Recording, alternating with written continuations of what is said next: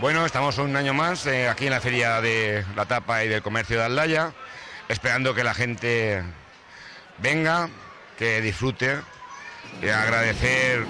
a los comercios que están participando, medios de comunicación que todos los años se vuelcan en que esto sea un éxito, al Ayuntamiento de Aldaya, y nada,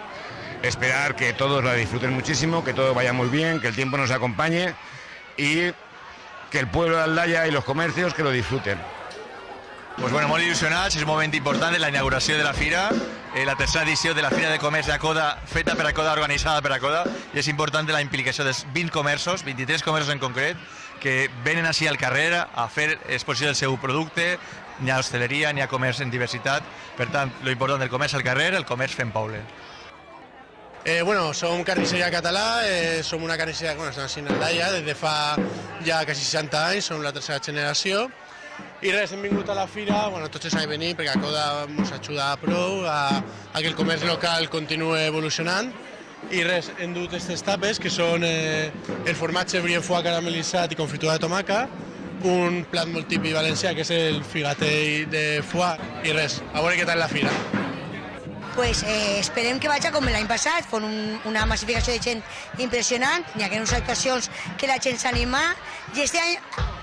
la novetat que tenim, que hem ficat divendres, dissabte i diumenge de matí, actuacions musicals, que això va fer que la gent s'anime, tant els xiquets com els adults, a que vinguin a la fira i conèixer els comerços.